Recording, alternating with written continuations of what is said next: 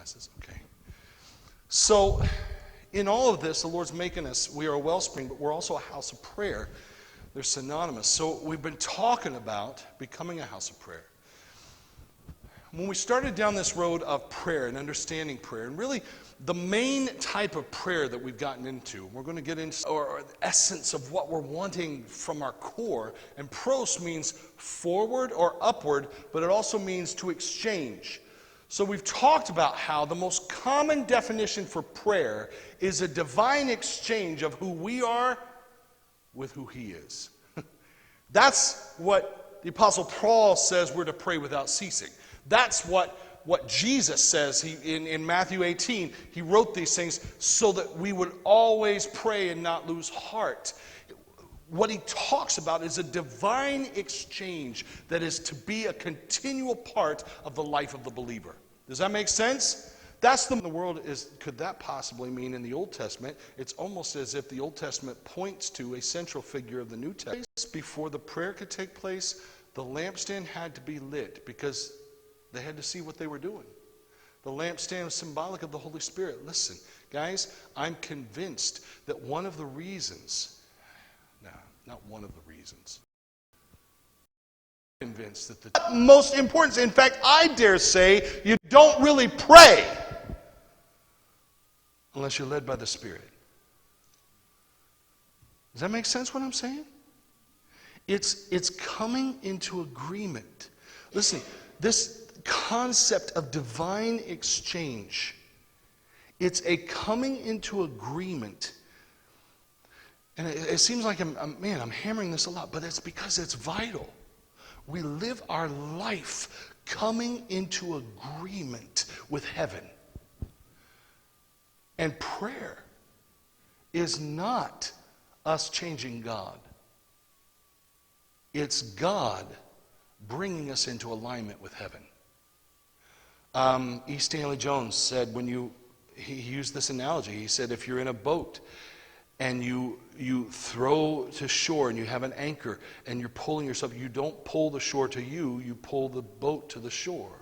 That's prayer. I don't pull the shore to me, I pull myself to the shore. God's the shore. Prayer is us pulling ourselves. So, everything God commanded about this place, He did for a reason. So let me just read this, actually. Again, it's exciting reading. It is when you really dig into it. Exodus chapter 30. I guess I ought to tell you where to turn. Exodus chapter 30. Before we get there, in your notes, I have some scriptures about the incense, because that's what we're dealing with today, and we're going to talk about that, and I'll go into detail as to why this has to do with prayer. There are scriptures. Psalm 141.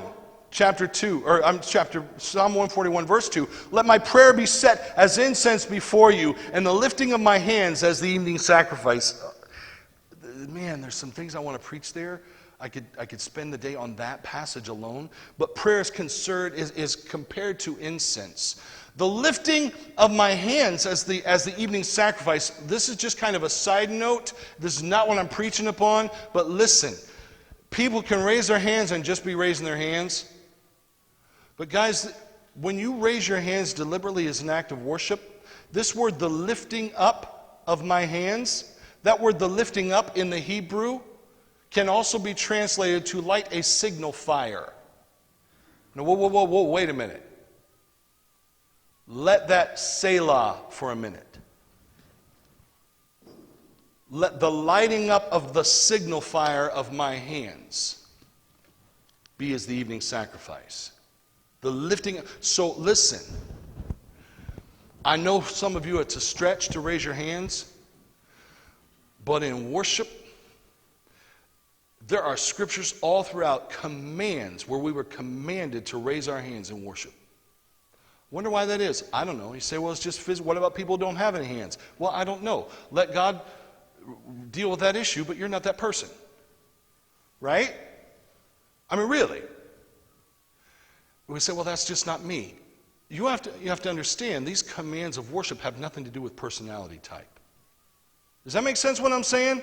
I'm saying this because I want to challenge you and stretch you. Get your hands up. Don't just dry rote get your hands up, but I'm saying as an act of worship, there's a physical thing, and sometimes the physical things that we do have a chain reaction in the spirit. And listen, I can testify that I have battled and come in and dry, and I'm trying to get, my prayers are not getting anywhere, and I don't feel it, and then I lift my hands up and something breaks in my spirit. I have seen it happen when I've prayed with people. That's why a lot of times if I prayed with you, a lot of times having a harp and